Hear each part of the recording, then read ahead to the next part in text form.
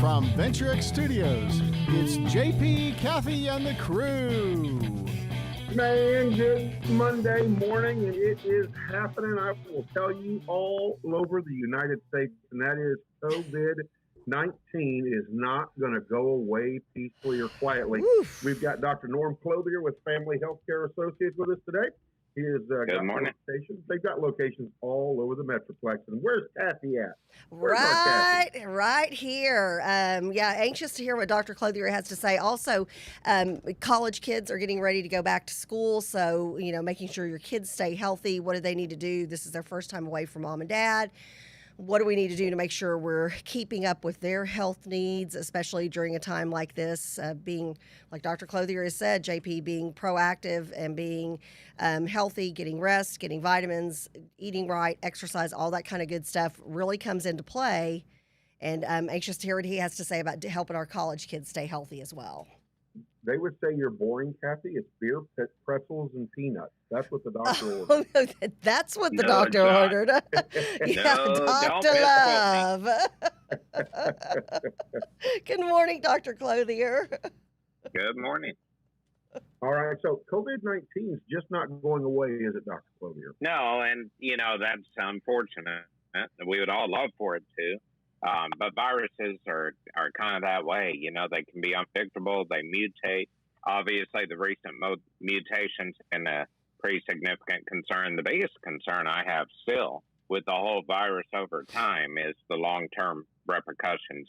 People with chronic lung problems that develop from it, chronic brain fog type symptoms. There's actually been, a relative amount of studies so far on the deficiencies that can happen with the brain after infection, and with kidney failure and with other, fatigue, long-term loss of taste and smell that we don't even know what that means yet in terms of the damage to tissue. So, for all the people who are a little snarky about how, it's just a cold that only kills a small percentage of people, I would suggest that we're at 15 to 30 times the number of deaths in America in the last year from this virus versus influenza in the typical year.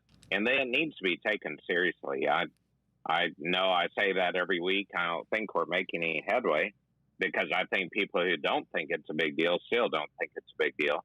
I most recently had a conversation about how serious it is in children with this variant, the Delta variant, and how children's ICUs are filling up with cases. And someone told me that's not true. And so, it's, I think it's unfortunate. If you can't look at the numbers and be concerned, then you have a lack of compassion for your fellow man, honestly. And I think that's really what it boils down to. So, even if, and the comment was made that the children aren't dying, but they're in the ICU and may have lifelong repercussions, I'm still concerned about that, frankly. So, Dr. Clothier, one of the things that I don't think people realize is that you receive either, are they updates or journal updates from medical associations and professionals from around the country? All the time. Yeah, and let me tell you, these are like medical researchers and observational studies from ICUs and from all over the world. There are case reports, and observational attempts at trying to get a treatment that'll work, say, in Norway and Italy. And, it's those come to me all the time. I actually don't participate in social media for my medical information. And I think, that there just is such a grave misunderstanding. And, one I think is worth continuing to address is that wearing a mask is not to prevent infection to the individual wearing the mask. The mask is to prevent spread to other people. So I keep hearing, for instance, anger about maybe kids who are healthy having to go to school with a mask on. Well, it's really not about the person. They surely have classmates who have, say, type 1 diabetes, insulin-dependent diabetes. And it's not about protecting the person in the mask. It's about protecting the fellow classmate. And the challenge is, and I realize this is hard for people to understand, too, because they want to look at a chart or a graph and see a low death rate and say, it's no big deal. But the challenge is that if I, for instance, who have had the vaccine and have had zero symptoms at any point. If I am exposed to the virus and have a few particles in my mouth and my body successfully, mouth and nose, and my body has successfully fought that off because whether it's just good immunity or immunity from the vaccine or, the host of other factors there, I still could spew that onto somebody through breathing, cough, sneeze, laughing, any of those things. And if that viral particle that does not irritate or infect me at all so that I don't even know I have it, if it goes and lands on someone who, say, again, has type 1 diabetes or chemotherapy or is on a biologic medicine for their psoriasis or their rheumatoid arthritis, or they're just susceptible to infection, they can be infected by me without me ever even knowing that I'm carrying the virus. So if I wear a mask and reduce that particulate matter by 95%, that is a reduction in the risk for that individual. It doesn't change my risk.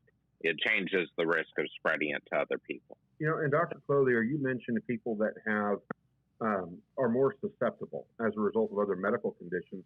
The CDC has released a third boost or a third shot, kind of as a booster for those with what are they calling it, Dr. Clothier? Immunocompromised status. Yeah. Yeah. So that's a tough one right now to define because it just came out over the weekend. I'm sure it'll be sorted out more in the next couple of days because I'm not sure they got the definition in a way that the public can handle it, frankly. And right now they're saying the equivalent of having a solid organ transplant. So someone who has had a transplant, and by solid organ we mean kidney, heart, liver, those issues. If you are immunocompromised because of medicine to prevent rejection of those, or if you're on a couple of very serious immunosuppressive medicines over the long term, not just like a weekend of, a steroid for poison ivy, but if you're chronically treated with immunosuppressive medicine, or if you have a syndrome which is known to be a severe immunodeficiency, those are the current people recommended for that. The people recommended for it are not people who were in the early waves of getting the COVID shot, which for people with hypertension, diabetes, things like that are not considered immunocompromised enough to be recommended for the shot at this time. Now, admittedly, I think that's coming. I think everybody's going to have a third shot recommended if they had the series of 2, or probably they'll still be recommended for an mRNA shot, even if they had the Johnson & Johnson shot. But there's no second shot for Johnson & Johnson yet. And there's the third shot for people 12 and up with the severe immunocompromised status who have Pfizer, or for 18 and up who have Moderna. And that just fits with the ages of recommendation. But that's not going to be a lot of people is what I'm trying to emphasize. That's not, I get a couple of colds a year, so I must be immunocompromised. This is talking about people on cisplatin, a long-term immunosuppressive anti-rejection type treatment. So now let's turn our look towards the vaccine for kids, because we're speaking about kids and that this Delta variant is impacting kids more so than the normal. I say normal than the original COVID-19 strand. Right. So when can a child get vaccinated, and is it recommended that they get the COVID-19 vaccine? Well, my answer is going to be, of course, to recommend that, yes, vaccinate when you can vaccinate. But right now, only the Pfizer shot is approved for age 12 and up. So any child 12 to 18 can go get a Pfizer shot today. And, they're readily available. They're all over the place. There are pharmacies, there are, locations with shots. Some doctor's offices have them. It's been harder to get Pfizer in a doctor's office because initially it was supposed to be stored at negative 70 degrees, and most people don't have that kind of storage facility. But they have loosened that, and it is trickling out to offices. We have yet to get any here. But, that's just because it's been slow. Moderna is still approved only age 18 and up, and Johnson & Johnson is still approved only age 18 and up. So 12 to 18 can get the Pfizer. We believe that it will be approved down to age 6, probably, trying to encompass most school children somewhere in the fall, maybe October. That I just want to mention, because I know that works people up more than anything, to mention immunization in children. Children actually get like 17 immunizations to be approved for school. And, it's actually not an unusual thing to try to prevent disease in children. And, we have polio shots, we have tetanus shots, we have Haemophilus influenza shots, we have the regular flu shot, on and on. Hepatitis A, hepatitis B, varicella, all these things are shots against viral or toxin syndromes.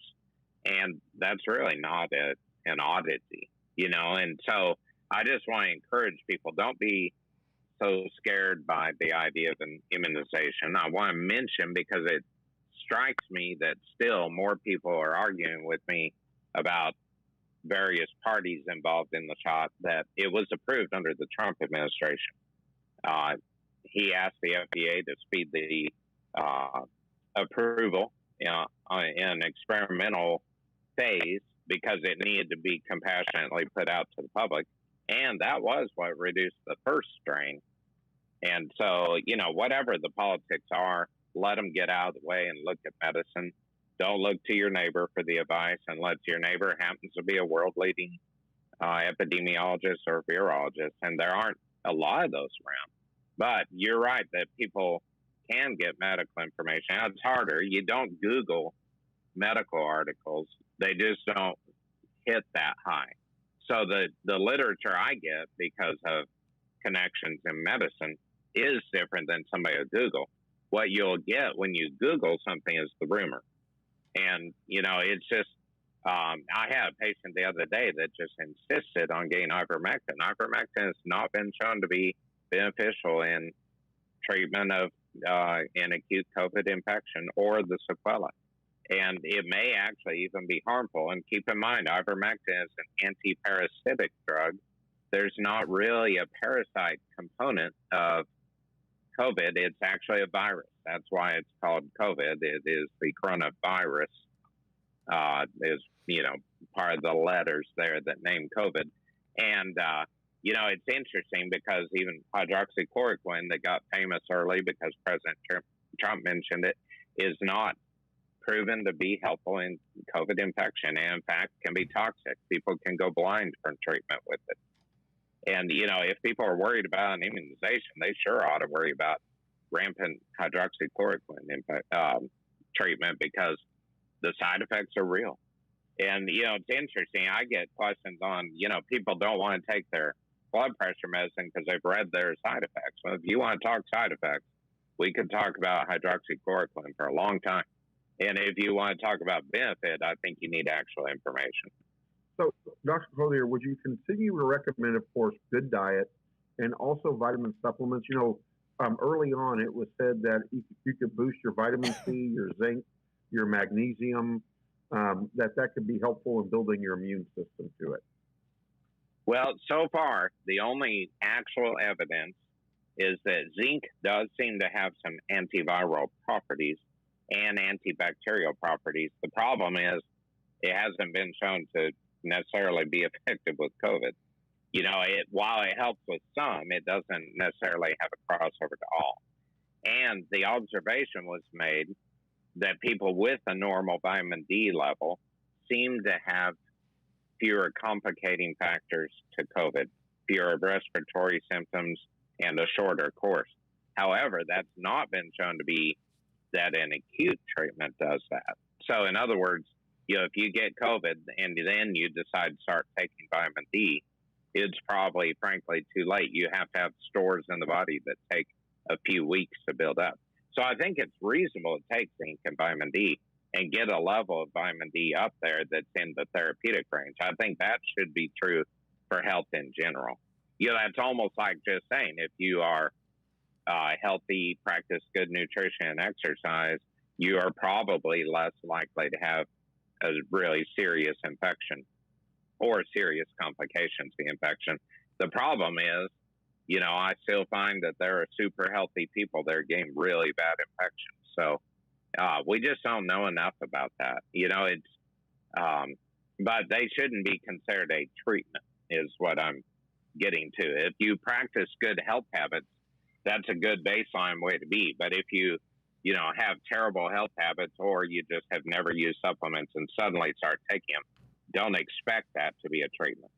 Here's one of the observational challenges with things like ivermectin. Okay, let's say you take 100 people, or we'll say 200. 200 people and have an acute COVID-19 infection, even the Delta variant. Let's say you have, the average mean age is 40. And so let's say 100 of them take 5 days of ivermectin and 100 of them don't. How many people would you expect to be better in 5 to 7 days, according to observational studies? And I would suggest the answer to that is actually about 90%. And that'll be both groups, because only about 10% of people have lingering symptoms beyond 5 to 7 days. So it's easy for people to say, hey, oh, the ivermectin was a treatment because I took it for 5 days and I felt better a couple days after that. Well, if you do nothing, it kind of goes back to the age-old issue of treating colds. If you take a ton of vitamin C and you feel better in 3 to 5 days, then, you could say, oh, it's because I took a ton of vitamin C. But the reality is almost everybody's better in 3 to 5 days, whether they took that vitamin C or not. So, it's not harmful to take it. It's reasonable on the vitamin C. The problem with ivermectin is it can disturb a balance in the body. Otherwise, it's actually, it's antiparasitic, and it's actually a veterinary treatment. And, it's one of those things that I just think the misunderstanding of thinking that it's going to make a difference is there. I saw a patient last week that had been on hydroxychloroquine and ivermectin and vitamin D and zinc and, a handful of other things, prednisone, and a couple of other antibiotics that they were all acquired at a different place than my place. But I saw her, and she was still sick with fever from COVID. And I thought, well, that's everything. Every rumor I've heard of has been tried. And I think the challenge is some people have a rougher run of COVID than others, and it's very hard to predict. So, Dr. Clothier, let's shift off COVID for a moment. I know we're about to lose you in about 6 minutes. And let's go ahead and talk about meeting my demise. No. Oh, go ahead. Well, no, but it's time to go to work and help people be healthy, Dr. Clothier. Oh, yeah. Okay. But let's go ahead and shift over to college. Kids are going back. A lot of pictures on Facebook, a lot of video on Facebook. No masks being worn. And so what are some of the things that college kids can go back to school and use as tips to stay healthy and be healthy on college? Yeah, absolutely. As much as it shouldn't need to be said, I think it needs to be said that you need good hygiene. I think, washing of hands, being smart and protective. If you go out and are shaking hands with everybody you meet, you need to get some, preferably soap and water, although sanitizer does help. Be careful. You can overdo hand sanitizer and dry out skin like crazy and start to get fissure in the skin, and then you run a little infection risk in a different way. But, good hygiene is critical. Another that I don't think honestly needs to be said, but it's so true, is excellence with nutrition. I think you need to eat very properly, think about what goes in, does something. Brain health is an absolute outbranching of good nutrition. And if you want to succeed in school and stay healthy both, then you need good nutrition. I would encourage parents to talk to their kids about not overdoing junk food, not, succumbing to the temptation to eat only a dessert at a cafeteria, for instance, or, any one of those things. Don't live off that of are just chocolate not milk. healthy foods. Like when you go into the cafeteria and, this is how everybody always gains that freshman 15. You discover chocolate milk and French fries for breakfast. It's because it's all you can eat Sure, buffet something everywhere. crazy. Yeah.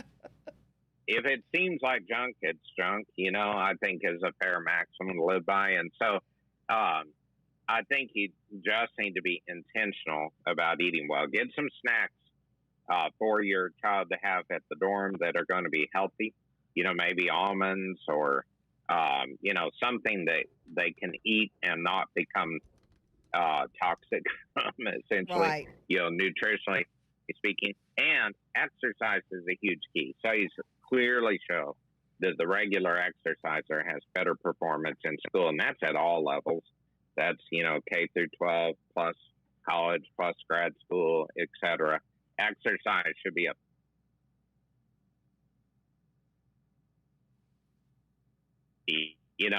that just needs to be encouraged. Most exercise can be done outdoors, and in the era of COVID, I think that's particularly important. You can walk, run, bicycle, all those things are outdoor activities and can be done. I believe in walking every day. I think it makes a big difference in all health, and I think it's a really critical piece. And as much as alcohol is ingrained in the college culture, there just are more and more studies that show that acute alcohol poisoning is extremely toxic, even over the long term, for liver health and brain health. Long-term drinking is a disaster for the brain. There are more and more studies that show that alcohol needs to be kept at a minimum. And even social drinkers run some risk. There was a recent study on that. And I think if you think about what it does to the brain, it suppresses the brain. That's not something that's particularly favorable for the learning environment. And I know that's hard because I know it's part of the culture. It's almost an expectation in some schools in particular. And, there'll be some deaths from alcohol toxicity this fall, as there always are. And I think, talk about preventable death. I think that is a very preventable death. And then, because we are dealing with COVID, I think people just have to be aware that if they're sick, they do try to prevent being around other people. How you do that at college, I think, has got to be incredibly difficult. I'm very glad I'm not a college student right now. I think it's very hard to deal with, class attendance and social opportunities and dorm hallways and rooms and, all those things. But you've got to be honest that if you're feeling sick, don't go expose people to that. So, Dr. Clothier, real quick before you take off, what about a variable of almonds and pistachios? Now they're doing the smoked almonds, they're doing the jalapeno almonds, the lemon lime pistachios. Are those okay to eat? Are they still healthy? Or do are you marketing some? I'm just curious. We've got a new sponsor. Yeah. I don't think you should smoke anything. I don't think smoking almonds makes it any healthier. I knew that was coming. JP, you should have known. Well, I'm getting too predictable. But yeah, I think, the core almond, where I would draw the line, I think the flavors are fine. Honestly, it doesn't break down the qualities of the almond, which are that they reduce insulin release in the body. So you tend to feel full faster and you don't get an insulin spike that'll make you hungrier. It actually helps to reduce appetite and provide some essential oils for the body that are fair in terms of the fatty oils in the almond. Walnuts are very similar. I think the flavoring is fine. I think coating of them is the challenge. If they are coated in chocolate, which inherently involves a lot of sugar, that's probably a challenge. If it's, dark chocolate with nearly no sugar and you can stand that bitterness, then enjoy it. But, I think if you see like a yogurt coated almond, be real about that. Look at the sugar content. It's almost entirely sugar. There might be a molecule of yogurt in there to justify it, but it's, they have become a candy. When they are a candy, that's not helpful. when they are a nut, that is helpful. All right, that's what I wanted to know, Dr. Clothier. It is 8:01, and we do not want to take I you better away go. from patients. Yeah, So- you insisted I get to work, so I guess I better do it. Well, since he and Have his a dad are blessed day, and patients thank of you so yours. much. Yeah. Take Do care. have a great week. You have All a right, blessed week. goodbye. We'll see you next You Monday. too. Bye-bye. Thank you, All Dr. right. Clothier. So, Great real quick, Great information. We do next week. Let's ask him about. Randy had asked, and we didn't get a chance to get to it because we'd already talked about masks. But just wanting to know that, hey, Randy said I feel protected when I have a mask on. Is that not true? And I think that lends to the question, JP, that we could ask him next week, which has to do with flu season is coming up. So are you, should you practice? I know I still wipe down the basket when I get to the store, and that's not because of COVID. That's because, hey, if this stops me from getting the flu, okay, I'll wipe my basket down, kind of a thing. So I think that's something we can ask him next week. Sounds good.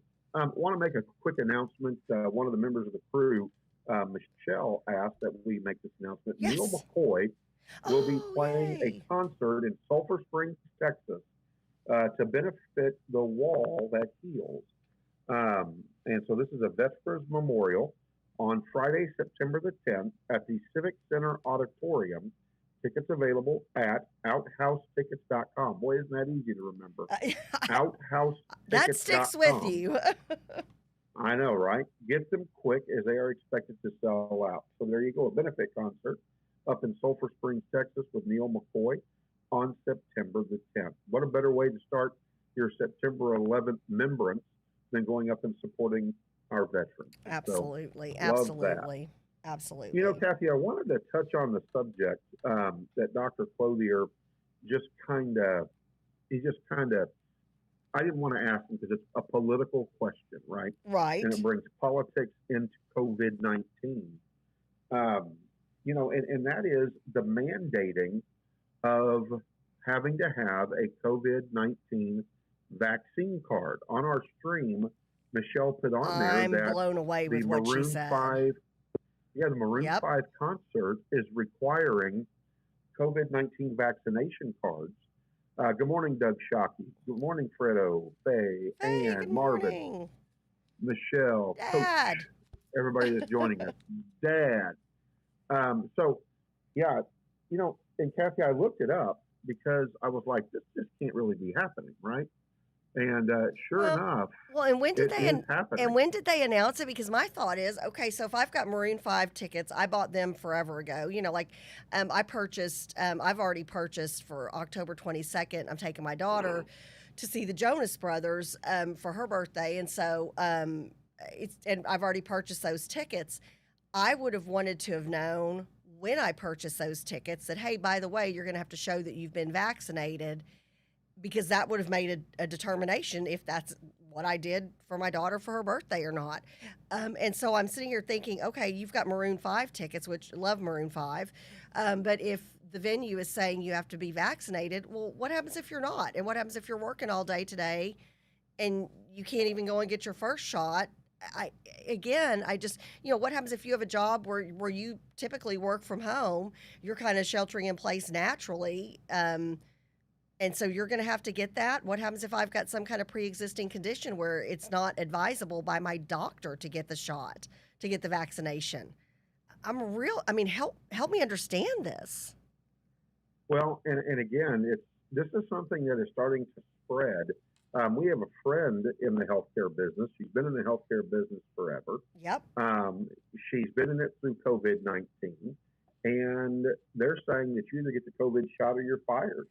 Yeah, and as a matter of fact, we're helping a number of folks. JP and I are helping a number of folks get, with the right people in Congressman Taylor in different offices, depending on where they live. We're talking about people's livelihoods, and I think there's so much fear mongering. I don't know, JP, if you heard the old Clay Jenkins. You can always depend on him for some buffoonery. So he made this announcement, and the hospital he was talking about had to come back and correct him. He had said that basically, and again, it's fear mongering. You and I talked about this gaslighting, fear mongering, all that kind of stuff that's going on by irresponsible elected officials, irresponsible media. And he said that, basically, that if you're in Dallas at a certain hospital, there's no ICU beds left for the children. And if your kid gets sick, and they need a bed, that they're going to have to wait until another kid dies from COVID until they can get a bed. And the hospital was like, because he was basically like, if your kid has a heart problem or, some kind of, pre-existing condition, if they're in a car accident, too bad, they're going to have to wait for a bed until another COVID kid dies. And the hospital even came out and said, whoa, whoa, whoa, whoa, whoa, Clay. Not the case. We are not waiting for children to die in order to put other children in beds. This is inaccurate. We have beds. We accommodate for emergencies accordingly. We've got a backup plan. We've got plans in place, operations in place that take care of that. So you look at, okay, so you've got this fear mongering by the county judge. I mean, my goodness, if I were in Dallas County, I would be demanding a recall election because that's so irresponsible. I mean, it's grossly negligent. Well, and I think that it's mass spreading and even getting crazier. Pardon me. They're even saying that in the universities, for you to be able to attend class in person, you're going to have to be able to prove vaccinations. Traveling, they're talking about starting to make it where you have to when you travel. Cruise ships, you have heard, are requiring it to be a part of your passport now. And so watch when you go buy a cruise, do you have to have your COVID card with you? Senior care centers are requiring it. Sporting events are starting to require proof of vaccination. Here's my issue with all of this. During the flu, we've never had to carry a vaccination card. During RSV, we've never had to carry an RSV vaccination card. The swine flu. We don't have to carry a measles one, a mumps one. I mean, you have to have you do have to have, for measles, mumps, and rubella, like for the childhood vaccinations. For your child to get into school, you have to show proof of vaccinations and all that kind of stuff, and that's good. And okay. But, I mean, what am I going to have to start sending my third grader out the door with their shot records at some point? And what happened to HIPAA? And what happened to a right to privacy when it comes to your health? There are certain things that if I've got health issues, there are certain things that absolutely I would share with my immediate family. And, my gosh, if I had some kind of illness, JP, you'd be one of the first people that would know. But, I consider you more family than friend. So there's, but that would be my personal choice to share something with you or to share something with an employer or to share something, with the folks up here at Venture X or whatever the case may be. At what point is it going to be that you're demanded to just lay out there publicly on a regular basis to just do anything that we've always had the freedom to do? Yeah, freedom. Hey, everybody, let's remember that word. Remember America and freedom. At some point, am I going to have to disclose what my, daily, if my blood pressure's running high and my medicine's not working for the day, do I have to put that out there to the world? At what point does privacy not come into play, JP? Well, and here's the thing, right? Again, we didn't require it for anything else.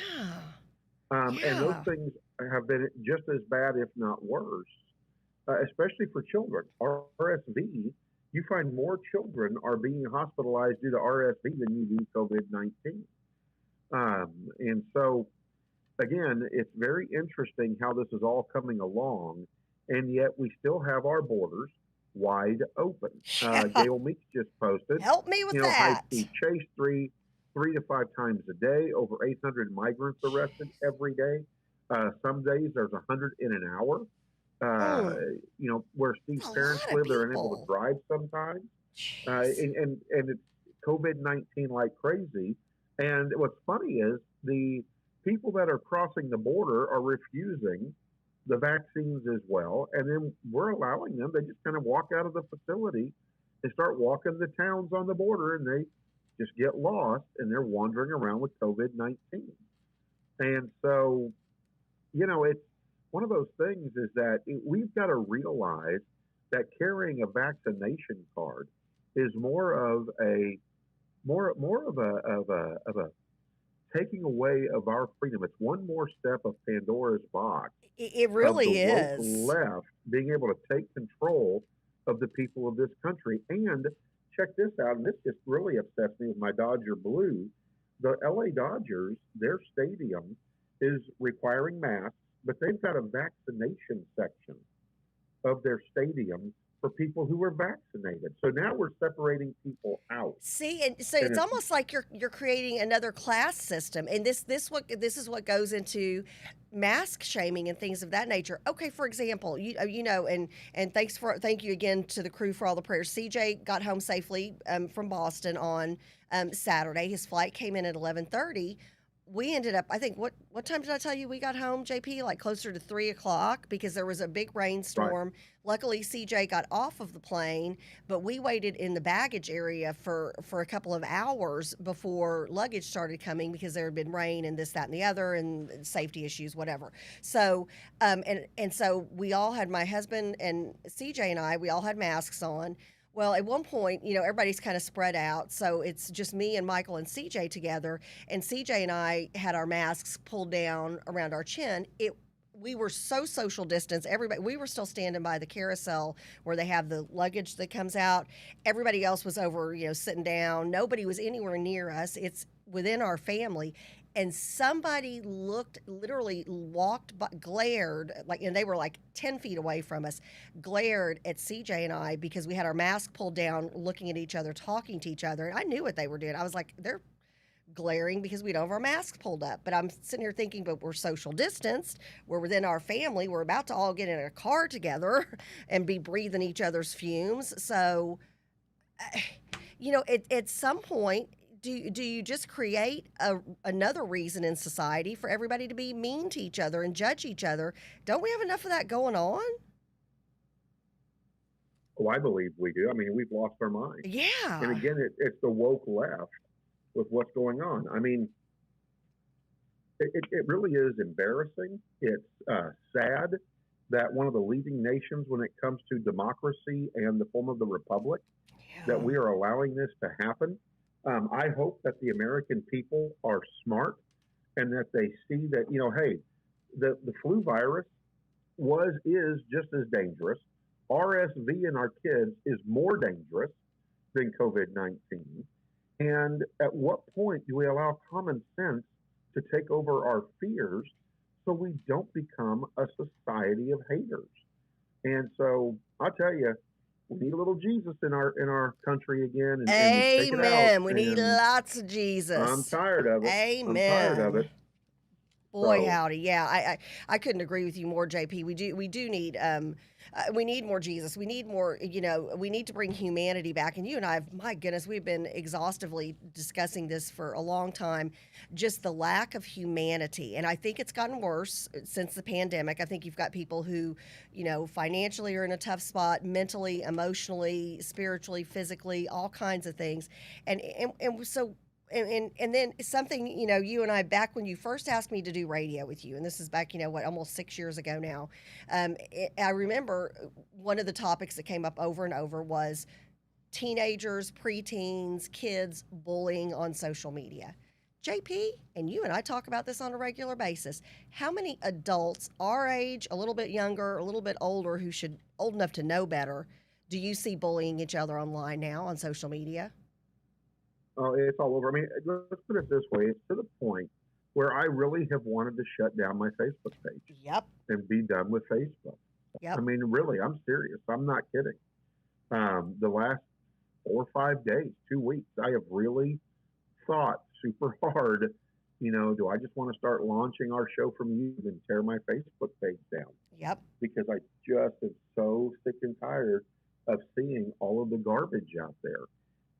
We have forgotten that we are Americans. You know, Chuck Gura said that where is the charity anymore in our life? Yep. And I agree with him. And again, that goes back to my comment that we need God put back in our system more so now than we've ever needed it.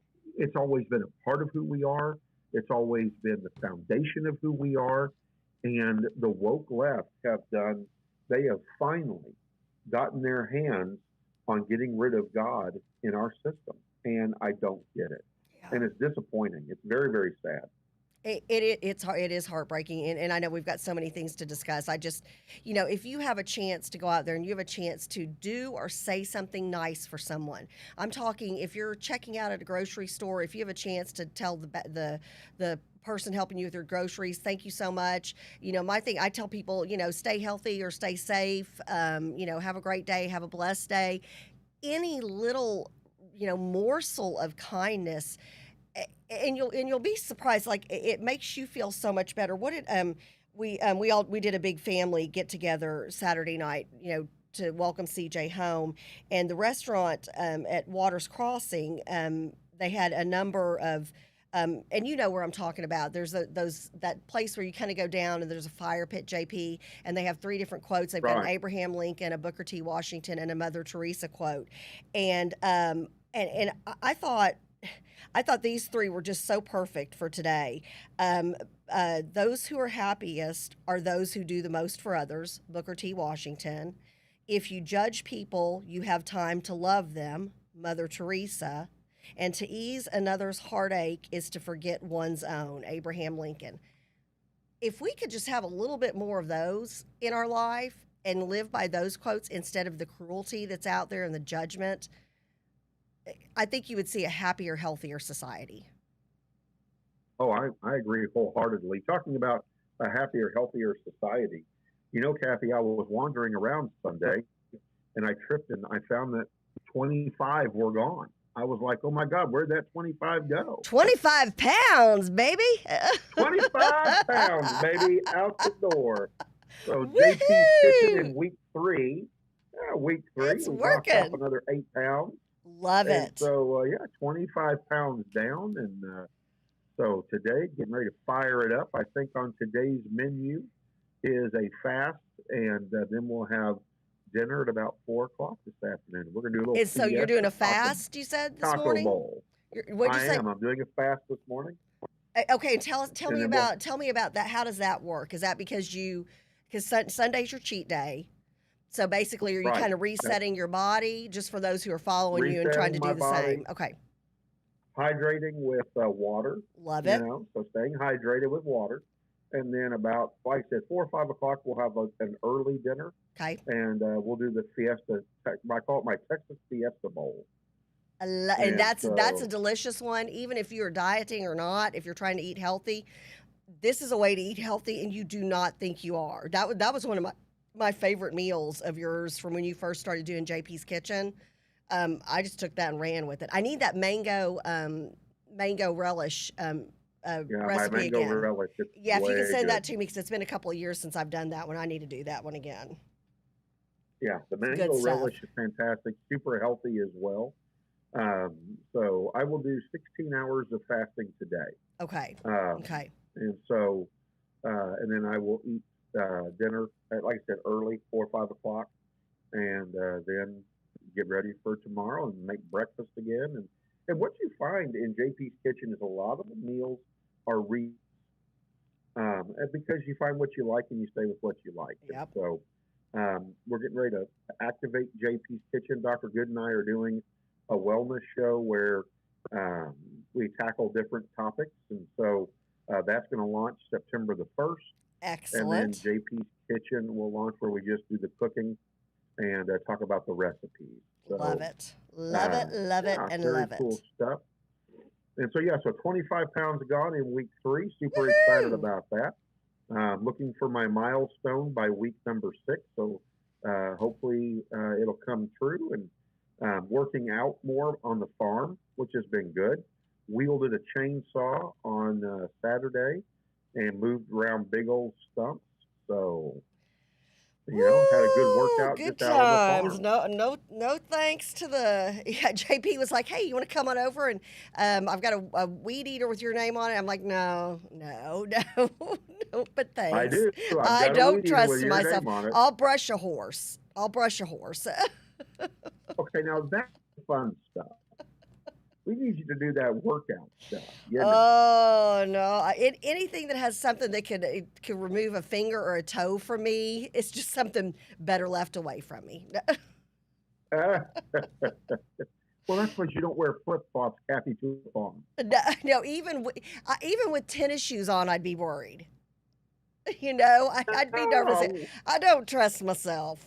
I'm not a. I'm a city mouse, not a country mouse. well, and let's talk about trust for a second. How about the Afghan people? Oh dear God in I heaven. Oh mean God, to tell God, you, talk about folks who need prayer right now. This is heartbreaking, JP. it is extremely heartbreaking. Last night, one of the good stories that I saw on Facebook, where it did garner a prayer from me, is a member of our military who was over in Afghanistan. Yeah. And this family interpreted for this officer. And that family is not going to make it to the airstrip to be evacuated. And they're going to be left behind. And don't you know, I mean, and this is what's so sad, is that society is so ready to turn on each other. And I think that that's why a lot of people are laying down their guns on the Afghan security side and walking away, because they're hoping that the Taliban just leaves them alone. The Taliban, since the United States has pulled out, has swept through that country and now taken every major city in that country. I've been waiting for my updates this morning to see if we are still holding the airport. No, I 5,000 actually troops I just read something that you've got, and it's heartbreaking. Flights have been shut down because you have people. Let me pull this up. You've got chaos at the Afghanistan's Kabul airport as Taliban take over the country. Basically, you've got just tons of people and families trying desperately to get out of there. People who have served as interpreters in the military, just people who are just, innocent folks just trying to take care of their family. And they are literally on the tarmac. So they were having to shut down the airport. A dear friend of ours, and I don't know if he wants me to say his name on the show, so I'll wait for that. We may even want to have him on. Another friend who was over there for and who fought in Afghanistan. He had these beautiful pictures. JP, I'll have to, if we get his permission, I'll have to post some of these.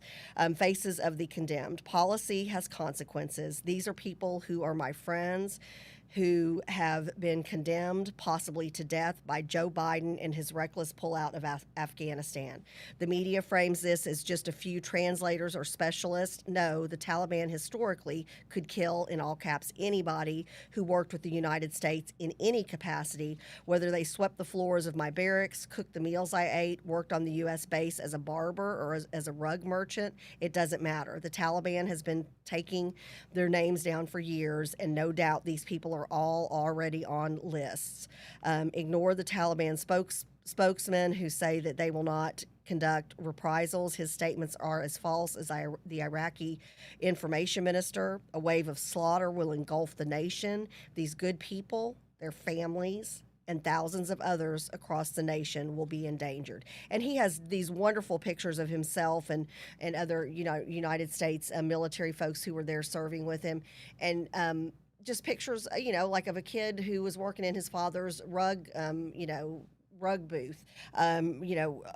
People who were at, religious places, just different things of just nice, normal people. And they're all in danger now. Help me with this. And what's really sad is all of the women that have stepped up and have proven, hey, you know what? We are strong, and we are intelligent, and we have a contribution to make. Yep. And it's like, are you serious? Because now they took over judicial positions. Oh, they're a target they were now. appointed. Yeah. And if they can't get out of that country, I fear for their them. safety. Yes, please, God, please bless and keep them. But can you imagine the kind of abuse that they are going to be subject to? No. And here's the thing. Gail says, but Biden says it's Trump's fault. This is just like the Benghazi situation. Oh, Lord have mercy. I think that this is worse than the Benghazi situation, because we've all known about this. This is not, Benghazi, there was a little bit of secretiveness until it leaked out. We've been watching this the whole time going, what are you doing? Why are you doing this? Yeah. This is going against what people have advised. Yep. And now we have abandoned the Afghan people. McConnell finally said something that I can agree with the other day, and that is that don't allow our country to look like we are experiencing Vietnam all over again. Go in and handle our business, Mr. President. And he's not. Members of the No, military he's not. that have gone over to the Afghanistan, they are, and even those who have not, they are just disgusted with what's going on. It's like fathers and mothers who have lost their sons and daughters. What was it all for? For you to walk out and allow the Taliban to take it all over again? I mean, and you know what they're going to do. I mean, it's Sharia law at the most extreme level. Oh, at the most extreme level. And, and it was just July 8th, I think it was. And I need to find the exact quote that Biden had out there. But basically, Biden assured Americans that the Taliban would not storm the U.S. embassy in Kabul. And I'm sorry, but isn't the embassy now emptied out? There are no American flags left there. We've completely cleared out. And I want to say this was just like back July 8th or somewhere right around there, if memory serves me, that he had basically was like, oh, it's all good. This is, I know we've said that, we're going back to the 70s with inflation, gas, everything we've got going on, foreign policy, that this is, going to be another train wreck of a presidency like it was with Jimmy Carter. And mind you, Jimmy Carter, one of the nicest Christian, giving, kind, humble men, wasn't a real good president. And even Democrats will say, yeah, that was, we need not such a good 4 years in history. My goodness, I can't even imagine what will be said about a Biden administration down the road because, JP, we're not even a year into this guy's presidency and administration, and look at what a disaster everything is. I mean, you look everywhere, the borders, the pandemic, COVID, and not that he created COVID, but you know what I mean, the response to this and the hypocrisy of people, hordes of people coming across our border. They don't have to worry about anything, but gosh, if I want to go to see Maroon 5 tonight, I better have a COVID, vaccine shot or whatever.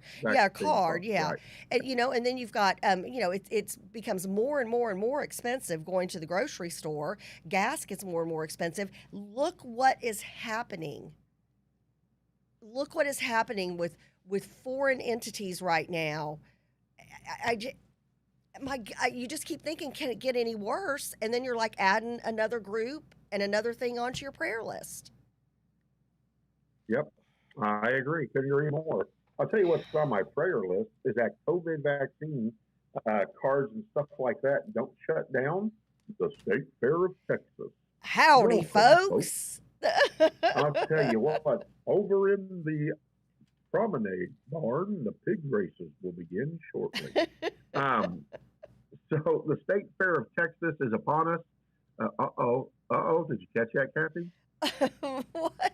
Yeah, the Texas are upon us. Oh, sorry. Oh, he's a UT fan. I know Coach Quigley caught it. Coach Q caught it.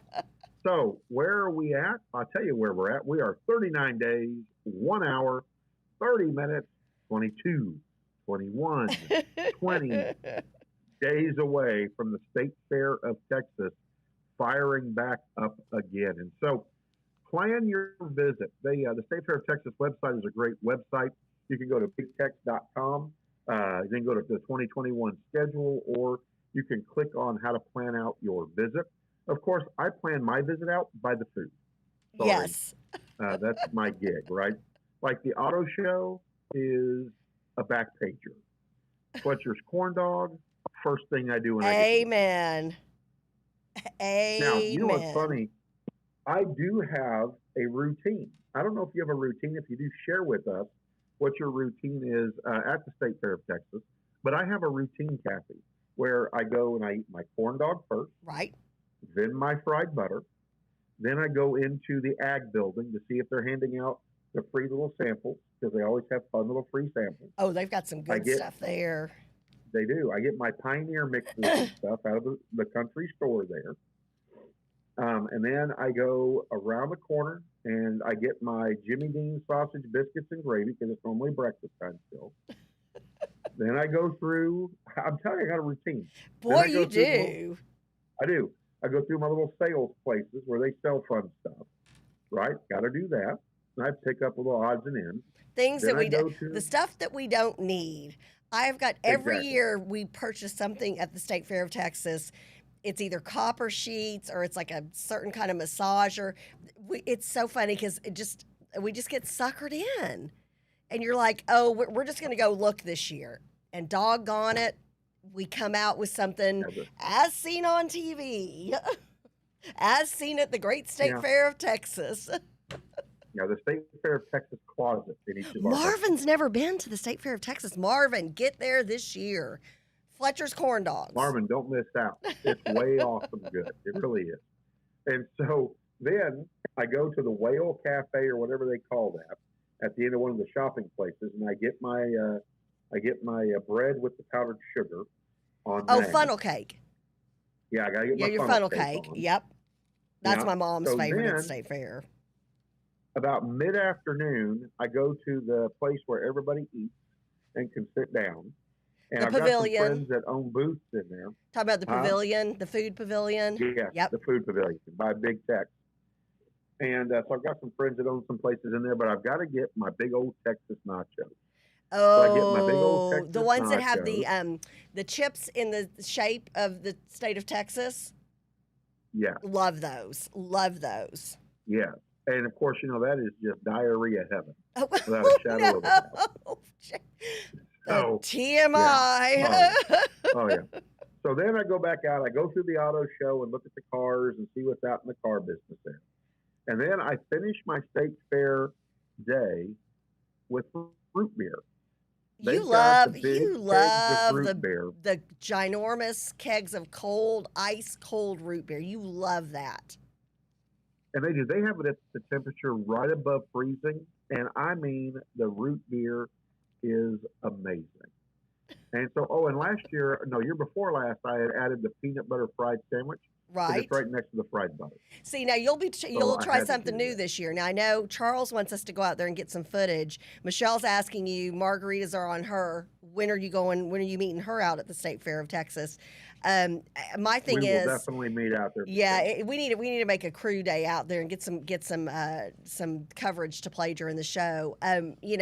My thing is, and this is what we've always done with the kids, and like I said, this is the only day of the year you can say I served my kids corn dogs for breakfast, and you're still a good mom. First thing we do, it doesn't matter what time of day. Now, usually we would get there, especially when the kids were younger, early on like a Sunday or on a Saturday, and that's the first thing. We'd make a beeline and be one of the first ones in line for those Fletcher's Corny Dogs. There's tons of free, fun stuff to do out there. I know it is expensive if you're riding the rides and playing the games. But if you want to go there and be more on a budget, there's tons of free shows. I know the kids got to be, they were picked to be in like the backyard circus show for years. There's like little things you can do where your kids can be do interactive stuff at the fair. So there's tons of, you can go see the pig races, the dog jumping. I love it, like when they have all of the agility dogs and they do that where they jump like over 8 feet of water and clear it like no problem. So there's tons of stuff you can do that doesn't cost a lot of money once you get out there. So just in case somebody's worried about sticker shock, as long as you're not riding a bunch of rides and buying a bunch of game coupons, it can be done more affordably. Well, I know that I went out there to the state fair and I bought $100 worth of food tickets, right? Because I don't do the rides and the games anymore. You spend all your money on the food. Food. Yep. Yeah. And there were 3 of us, and I gave 5 tickets away on my way out the door. Yep. Yeah, and I always love that paying it forward because you've always got it never fails. You either when you're at the very end, you need to go buy some more coupons so you have enough to get something on the way out, or you've always got that random odd amount of coupons left. And I always think it's great to find somebody who's got some little kids, give it to them. That could make or break them being able to ride the bumper cars or the carousel or something like that. So, I'll pay it forward. If you've got an odd number of tickets left, coupons left at the end, pay it forward.